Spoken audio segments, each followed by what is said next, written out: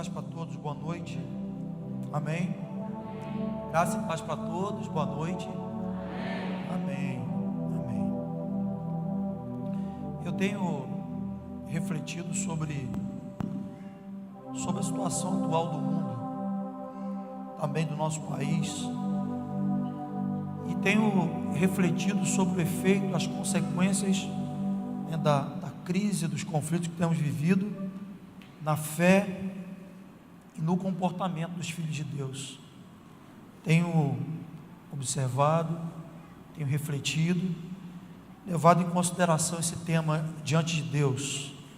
Nós, sem dúvida nenhuma, estamos vivendo um tempo onde os sinais dos últimos dias estão muito evidentes, sinais como aquele descrito na carta de Paulo a Timóteo, no capítulo 3, eu não vou ler. Eu vou citar aqui algumas características que Paulo ele cita nessa carta a Timóteo, algumas características peculiares, próprias desses últimos dias.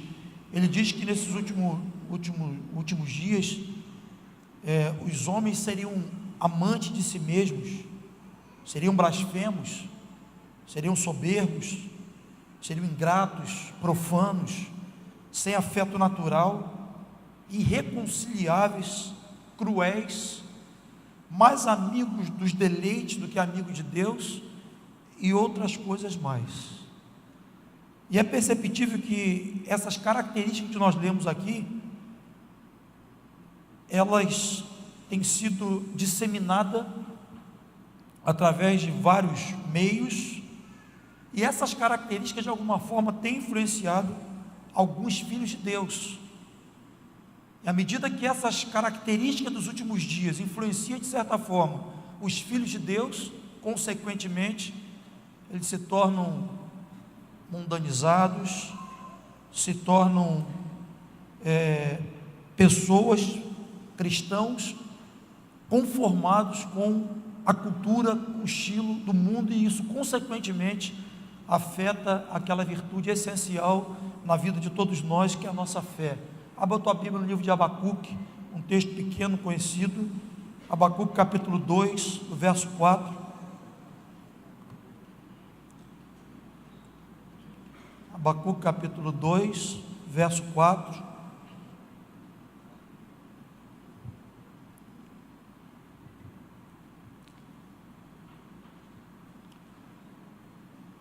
Quando te abriram aí, diz amém.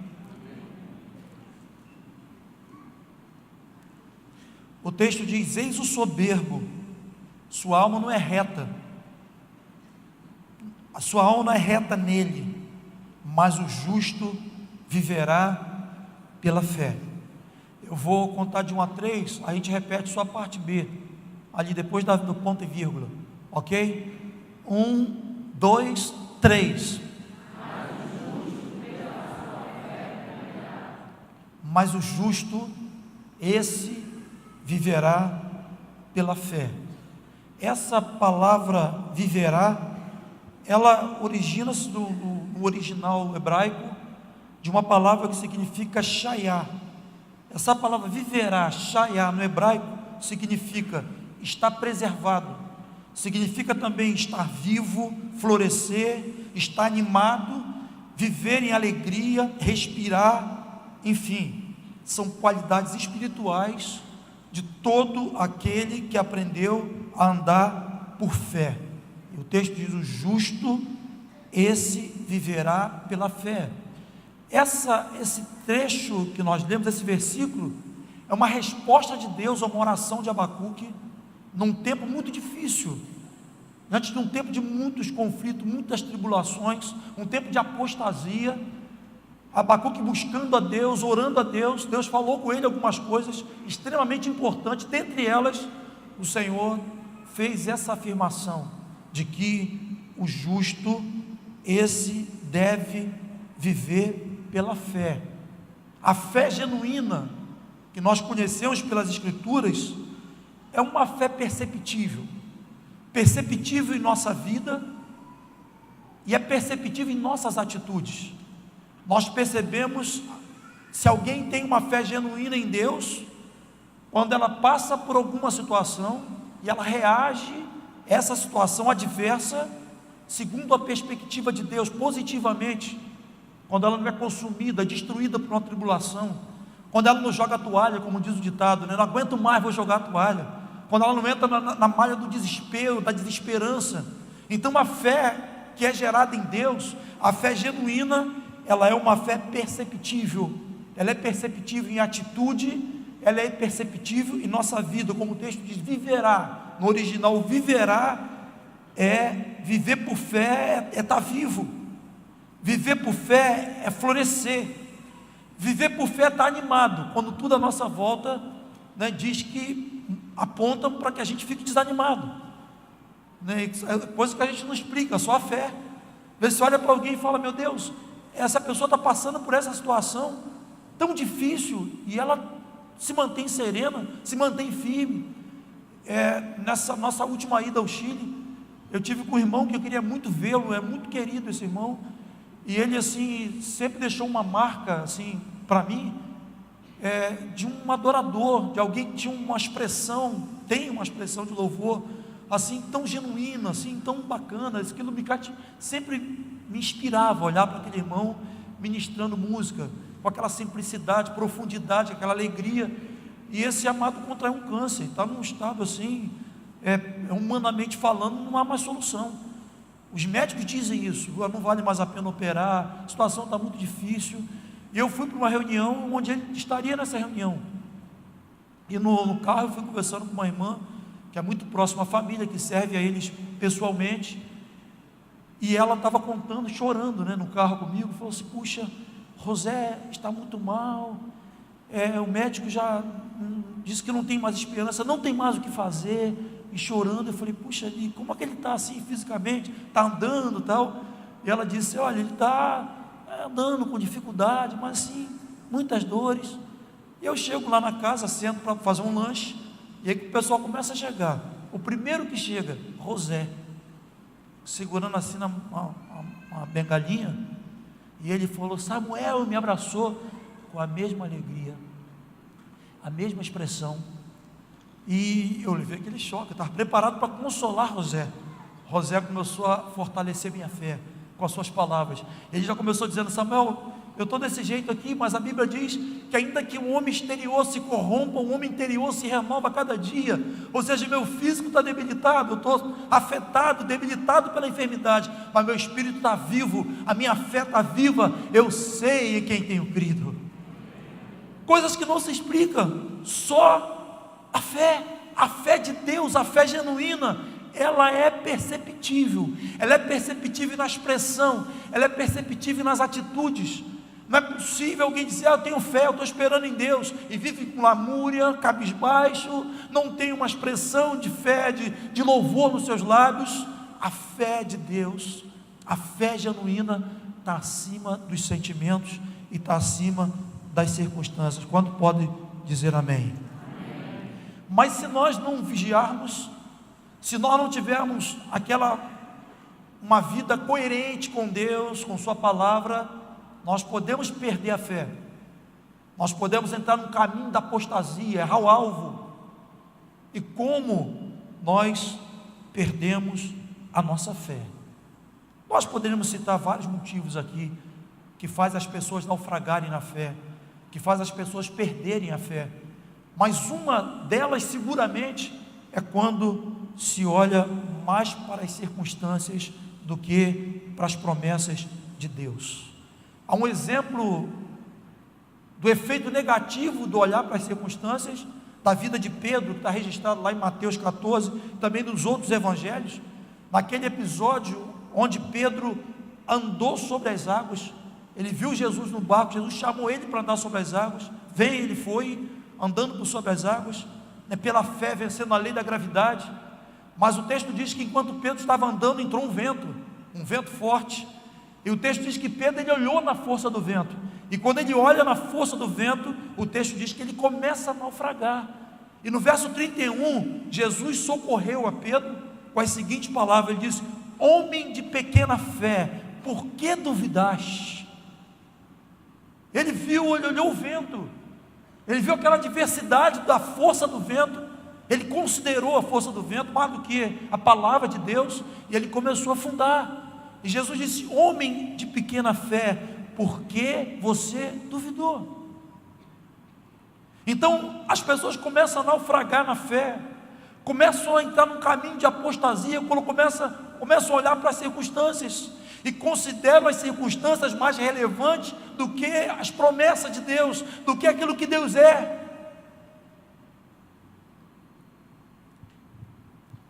A história de Lázaro e suas irmãs também tem muitas lições para nós. Está lá em João, aquele texto lá de João 11. Mas o texto diz que Lázaro, quando morre, Jesus vai estar com Lázaro, um texto muito conhecido. E Jesus estava determinado e já confessando que Lázaro ressuscitaria, que ele não ficaria no túmulo, mesmo após 4 dias de morto. E quando Jesus estava indo em direção à sepultura de Lázaro, com um firme propósito de ressuscitá-lo, Marta, a sua irmã, disse para Jesus que não adiantava ele retirar a pedra do túmulo. Ela disse: Senhor, não adianta tu retirar a pedra do túmulo, porque o morto já cheira mal, ele já está aí há 4 dias, então não adianta mais fazer nada. As circunstâncias estão mostrando que é impossível fazer qualquer coisa. E Jesus olha para aquela mulher e diz para ela o seguinte: Marta, se tu creres, tu verás a glória de Deus. A fé é o firme fundamento das coisas que se esperam e a convicção de fatos que nós não vemos. Se tu creres, tu verás a glória de Deus. Nós não vemos dinheiro no banco, ele aparece. Nós vemos os diagnósticos os piores possíveis. Deus reverter.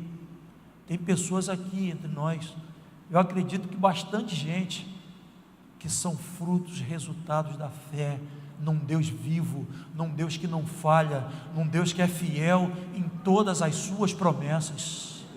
Pessoas que Deus fechou sepultura, pessoas que Deus mudou o parecer, o diagnóstico do médico, pessoas que não tinham mais esperança e hoje estão cheias de esperança, pessoas que estavam mortas e reviveram, estavam perdidas e foram reencontradas, por causa da fé.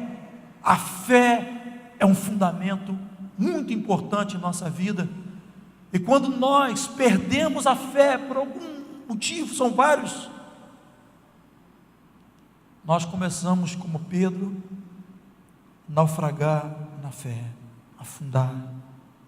Por mais difíceis que sejam as circunstâncias, Deus não perdeu o controle. Amém ou não amém?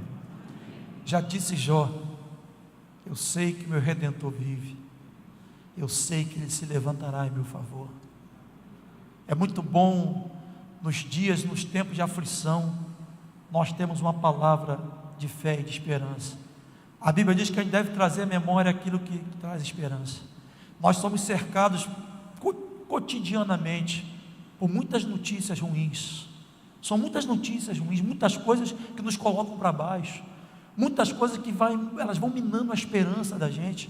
Então a Bíblia diz que nós devemos trazer à memória, trazer ao coração aquilo que alimenta a fé, aquilo que alimenta a esperança. Nós devemos ter confissão positiva, dizer: olha, está assim, mas não vai ficar assim. Como disse o salmista: o choro dura uma noite, mas a alegria ela vai vir pela manhã. Mas não estou vendo nada, mas em nome de Jesus, a fé não nos chama a andarmos por aquilo que vemos. A fé nos chama a andar por aquilo que cremos, aquilo que está escrito. E Deus é fiel, o que Ele falou Ele vai cumprir. Ele é fiel em todas as suas promessas. Amém? A fé é garantia de posse nas promessas de Deus. Nós começamos a perder a fé, começamos a ficar fragilizados em nossa fé quando nós julgamos que o tempo está demorado. Olha, são muitas pessoas que se perdem quando concebem esse engano, quando pensam que Deus retardou as suas promessas, quando pensam que está demorado, e aí vai olhando para as coisas mais visíveis, olha para o cabelo no espelho, aí já vê alguns pelinhos brancos, já fica um desespero, aí já rola um aniversário, já fala, meu Deus, mas ainda não casei, ainda não consegui aquilo, ainda não consegui.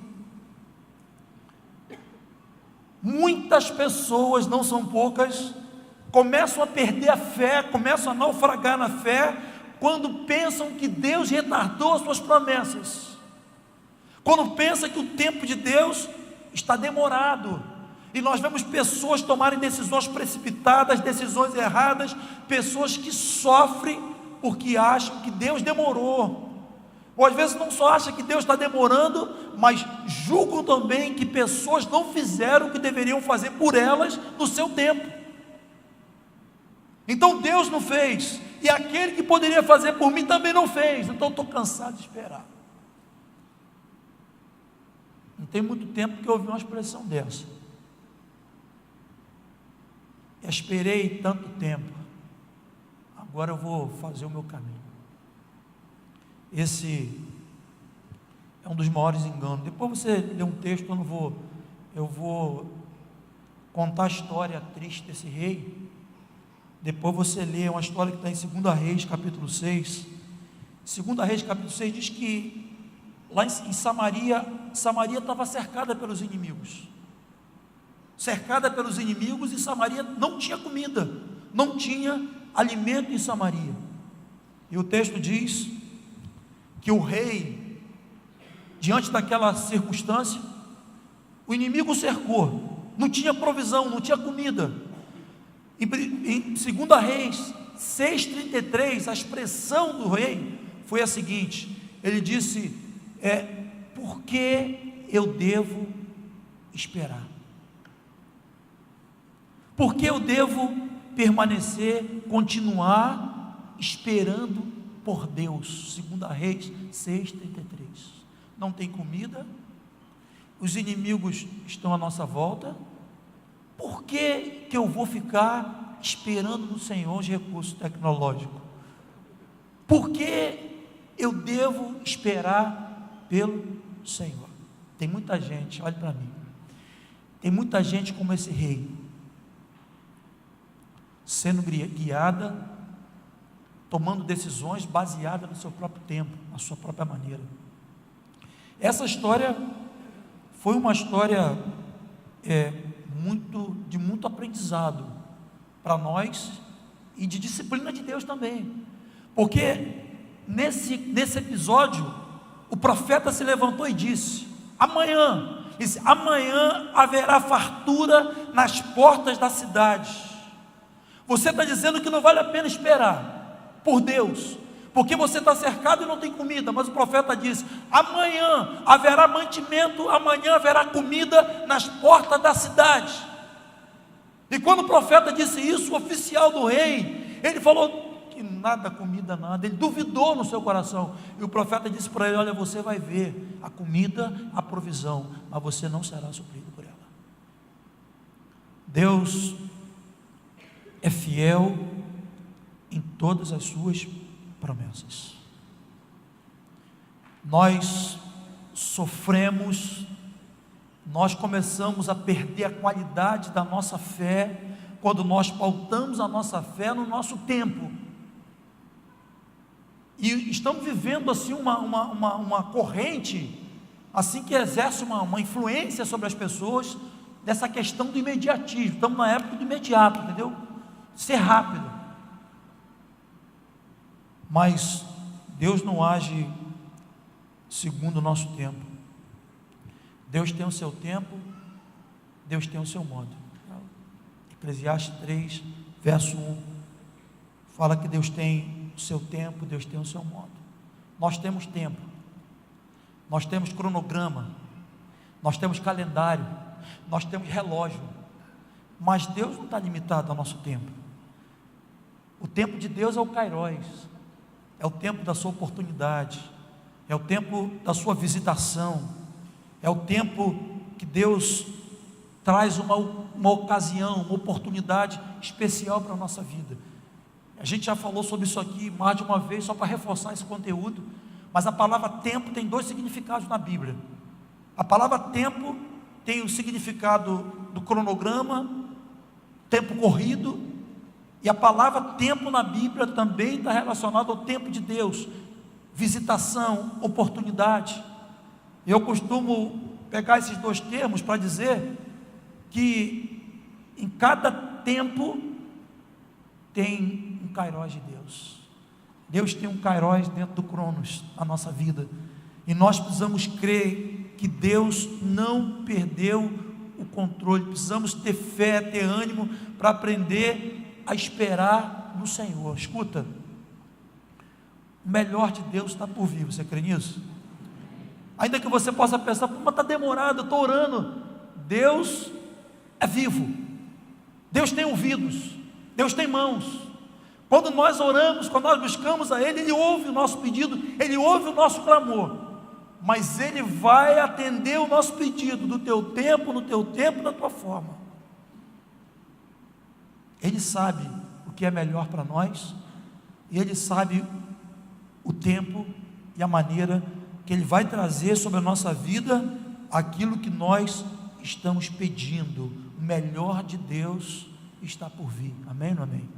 O melhor de Deus está por vir. Eu queria aproveitar essa afirmação para dar um toque em pessoas que têm uma mania de ser crítico da igreja. Não é difícil nós encontrarmos esses profetas, os profetas da desgraça, sabe? Então às vezes você encontra as pessoas que têm aquela triste mania de ser crítico da igreja. Mas perdeu a essência. Mas a Bíblia não é mais o mesmo. Não é mesmo não, cabelo tem mais cabelo branco. Outro dia eu falei com a Eliana assim, alguma coisa que a gente estava planejando assim para a igreja, um projeto assim agitado, né? Aí eu falei, rapaz, não tem mais esse vigor todo não dá para mim mais não, deixa outros fazerem. Então tem os críticos da igreja dizem, não perdeu a essência. O crítico da igreja, ele diz, não é mais a mesma coisa. É difícil você ver dias melhores, ver um dia claro, reluzente, enquanto você está com os óculos escuros do pessimismo. Tira os óculos, você vai ver que a cada dia Deus raia um sol e uma oportunidade sobre nós. Eu vi uma ilustração interessante de dois caçadores diante de um pássaro enorme. É uma figurinha assim, uma charge, né? Um pássaro enorme assim, e dois caçadores. Aí um falou assim, vai ser muito difícil derrubar, porque é muito grande. O outro falou, vai ser fácil acertar, porque é muito grande. Enquanto você estiver com seus óculos escuros do pessimismo, todos os dias serão nublados para você. Mas a hora que você tirar os seus óculos, você vai ver que a glória da última casa será melhor do que a primeira, diz o Senhor. Porque Deus é um Deus firme nos seus propósitos. Para Deus, um dia não é o mesmo dia. Deus tem um melhor a cada dia. Um melhor a cada dia. A Bíblia diz que a vida do justo é como luz da aurora, que ele brilha, até ser dia perfeito. A Bíblia diz que aquele que começou em nós uma boa obra, ele há de completar aqui até aquele dia. Independente do que você está vendo, do que você está sentindo, aquele que começou em nós uma boa obra, ele há de completar isso. Depende de mim e de você, depende dele, e ele é fiel. Fiel para fazer, para tudo aquilo que ele tem nos prometido. Eu vi um comentário, uma palavra subirá, sobre esse texto de Ageu 2, diz que a glória da última casa será melhor, maior do que a segunda, amém? E esse texto diz que Ageu foi um profeta que profetizou sobre a restauração, que experimentou um cumprimento da promessa de Deus, do templo sendo reerguido. E ele comenta que nesse episódio da reconstrução do templo, teve 2 choros. Não sei se você já viu lá, 2 choros. Choraram os novos e choraram os velhos. Ele diz que o texto diz que o choro, ele misturava assim com uma agonia, grito, choro. E ele diz o seguinte, que o choro dos novos era um choro de alegria, porque eles nunca viram um culto, um templo erguido, nunca viram, porque passaram todo aquele tempo no cativeiro, o templo foi destruído, então eles não tinham nenhuma referência. Eles viram um templo novo sendo reconstruído, e a oportunidade de adorar, de experimentar aquela dimensão nova. Mas ele diz que os velhos estavam chorando com um choro diferente. Os velhos choravam de uma mistura de grito e choro, mas eles choravam porque não teriam mais oportunidade de adorar a Deus naquela moda antiga, com aquele templo antigo. E essa não é a mentalidade de Deus para nós. A mentalidade de Deus para nós é que a gente tem uma visão de que as coisas velhas se passaram, diz que tudo se fez novo, de que Deus é Deus de novas coisas. A palavra diz, eis que faço novas todas as coisas. Esse sentimento de saudosismo daquilo que passou não é o que Deus tem para nós. Deus tem para nós uma visão de novo. Deus tem projetos novos para nós. A onda segue, o mover do Espírito segue. Alguém fala, não, mas eu queria aquele mover de Atos. Nós não teremos mais aquele mover. Aquele mover foi um momento inaugural do Espírito Santo na terra, trouxe aquele impacto, mas o ato dos apóstolos seguem. O ato dos apóstolos segue, e esse ato vai ser visível hoje através da minha e da tua vida. Quando nós falamos da igreja, temos que olhar para nós, porque a igreja sou eu e você. Não falamos da igreja olhando para fora, não falamos da igreja olhando para nós, que nós somos membros do corpo de Cristo. Há uma responsabilidade sobre nós, uma responsabilidade de ser braço de Deus, de ser instrumento de Deus em nossa geração. Enquanto nós fomos influenciados por essa onda pessimista, enquanto nós fomos influenciados pela cultura desse mundo, nós não teremos uma fé viva para sermos uma resposta de Deus para a nossa geração. Ele faz nova todas as coisas. Deus segue fazendo, Ele não perdeu o controle de absolutamente nada, nada. Ele é o mesmo ontem, Ele é o mesmo hoje, será eternamente. Todas as coisas que nos sobrevêm cooperam para o nosso bem, cooperam para o bem daqueles que amam a Deus, daqueles que são chamados segundo o seu propósito. Eu quero concluir esse tempo orando, falando sobre alguns conselhos importantes para reativarmos nossa fé. Primeiro, é reconhecer Deus. Provérbios capítulo 3, diz, reconhece o Senhor em todos os seus caminhos, e Ele endireitará as suas veredas. Você sabe, você ter aquela sensibilidade de falar assim, não, está um pouco complicado a princípio, não estou entendendo muita coisa, mas o Senhor está comigo, Ele não perdeu o controle. Reconhece o Senhor em todos os seus caminhos, e Ele endireitará as suas veredas, como afirmamos ainda há pouco. Tudo coopera para o nosso bem. Precisamos crer que tudo, exatamente tudo, vai cooperar para o nosso bem. Reconhece o Senhor. Precisamos ter um compromisso com a palavra de Deus. Um dos passos para o crescimento é o exercício prático. A gente tem compromisso com a palavra, meditar na palavra de dia e de noite, como diz o Salmo 1. Ter compromisso com a palavra, dedicar tempo à palavra, ler a palavra. Nós reativamos a fé orando. Se você crê que Deus cura enfermos através das suas mãos, impõe as mãos sobre os enfermos e ora. Quando você impõe as mãos e orar, o enfermo vai ser curado. Isso vai fortalecer a tua fé. Mas se você não fizer isso, você vai ficar com a tua fé fragilizada. Então, precisamos orar, pedir a Deus que realmente nos leve para níveis mais profundos, nos revele a tua palavra, fale ao nosso coração, porque oração não é monólogo, oração é um diálogo. Nós precisamos orar a Deus, criar o hábito de orar a Deus. Então perde esse tempo com muitas coisas. Você já parou para analisar o tempo que se perde em rede social? E muitas das vezes com cultura inútil. Pega aí o tempo que você dedica em rede social e dedica em oração para ver o que vai ser da tua vida. Não estou dizendo que nós não devemos usar um recurso importante, mas deve haver moderação, deve haver bom senso, deve haver equilíbrio. Se nós oramos, nós reativamos a nossa fé. E um outro ponto importante para reativar a fé é obrarmos para Deus, é termos compromisso. Obrar. O princípio do receber é quando nós damos. Sabe, então assim, é difícil você ter uma fé viva no Senhor, se você não tem compromisso com o serviço a Ele. Uma fé viva, sabe, que você usa da tua fé para transformar a vida de alguém, para abençoar alguém, para servir alguém. Servir a Deus, obrar para Deus.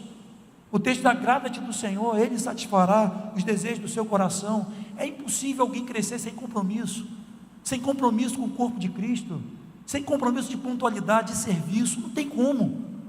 Um membro não se desenvolve fora do corpo, um galho não se desenvolve fora da árvore. Então não tem como você dizer que você tem uma fé genuína, uma fé que vai te dar sustentabilidade nos dias difíceis, se você não tem compromisso. Não tem compromisso. É um crente flutuante, desconectado, não tem referência corporativa, paternidade. Não tem como uma fé ser uma fé qualificada, uma fé genuína, se nós não estamos comprometidos, principalmente no serviço. Eu quero orar por algumas pessoas aqui. Eu falei sobre circunstâncias.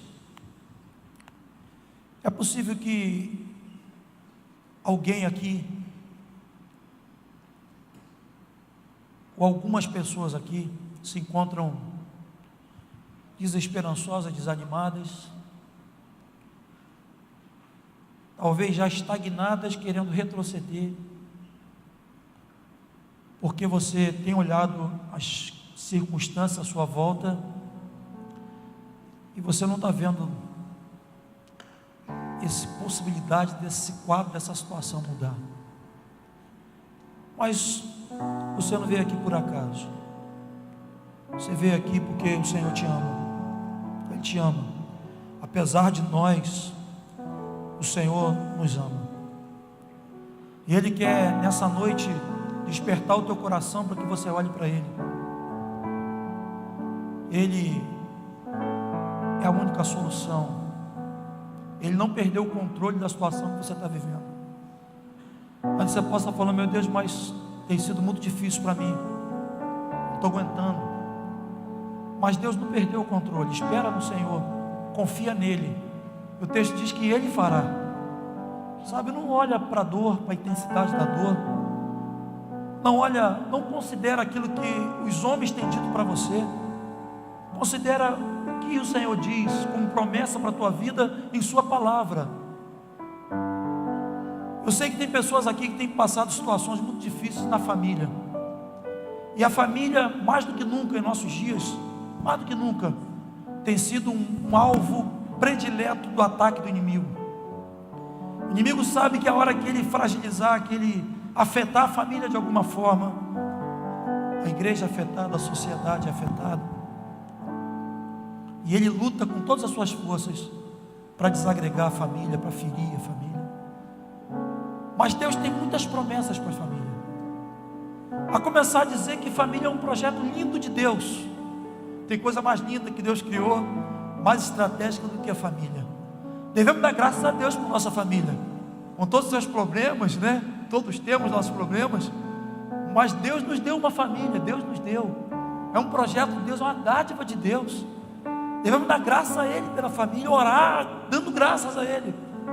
Mas eu sei que a família é muito atacada. Tem casais com sua unidade conjugal abalada, litígio constante, discordância, agressões verbais, até física. E às vezes você tem dito aí no teu coração que você não está aguentando mais, está esperando talvez o filho crescer para meter o pé. como diz a turma.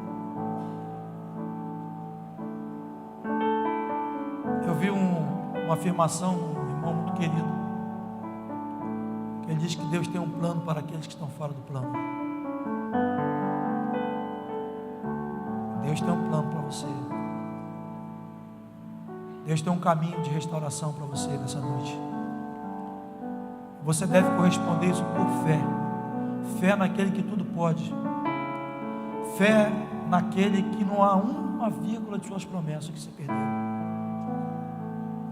Deixe de olhar para o que está à tua volta. Deixe de olhar para as circunstâncias. Olhe para o Senhor.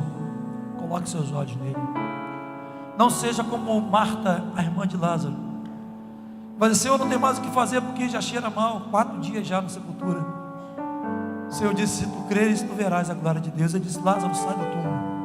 E aquele cadáver que estava ali 4 dias já, em estado avançado de decomposição, saiu com a sua pele limpa e livre das faixas. Talvez você está dizendo isso, como disse Marta: não tem mais jeito. 4 dias já. Eu já tentei, já procurei terapeuta, psicólogo, já subi escadaria de joelho, já tomei óleo ungido. Mas se tu creres, tu verás a glória de Deus. Se você está aqui hoje também com alguma enfermidade, algum diagnóstico médico de alguma enfermidade, aquela que o médico diz: olha, você vai ficar aí controlando aí, mas na medicina não tem jeito. Há um que pode mudar a tua história hoje. Há um Deus todo-poderoso que pode tocar o teu corpo hoje, restabelecer o teu físico, para que o nome dele seja glorificado em você e através de você. Você que tem dito: olha, as portas estão fechadas para mim, não vejo o mar se abrir para mim, está tudo muito difícil. Talvez na área financeira, vida profissional. O Deus da provisão está aqui entre nós. O Deus da provisão. O Salmo 23 diz que Ele é o nosso pastor. Absolutamente nada nos falta. Precisamos crer que o justo vive pela fé. Você, como filho de Deus, você que sustenta esse título de ser chamado filho de Deus, não tem que andar cabisbaixo por aí, não tem que ser vencido pela derrota e adotar esse sentimento, essa coisa do fracasso. Nós fomos chamados para andar em vitória, nós fomos chamados para andar em novidade de vida. Deus tem algo melhor para você. O melhor de Deus está por vir. O choro dura uma noite, mas a alegria, a felicidade vem pela manhã, porque Ele não é homem para que minta, não é filho do homem para que se arrependa. Ele é vivo, Ele é Senhor, e Ele cumpre o que Ele fala. O melhor de Deus está para vir na tua vida. Fala para a pessoa que está ao teu lado, não precisa ficar acanhado, fechado não, como diz o nordestino. Diz: o melhor de Deus está por vir.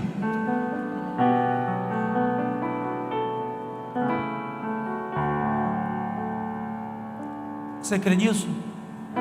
Ponha-se de pé no nome de Jesus. Fecha os teus olhos, mas abre o teu coração. O Pai não perdeu o controle de nada. Você pode ter certeza que qualquer afirmação de derrota, pessimista, em relação à tua família, igreja, você está no controle de Deus. Dias melhores virão. O melhor de Deus está por vir. O justo vive pela fé.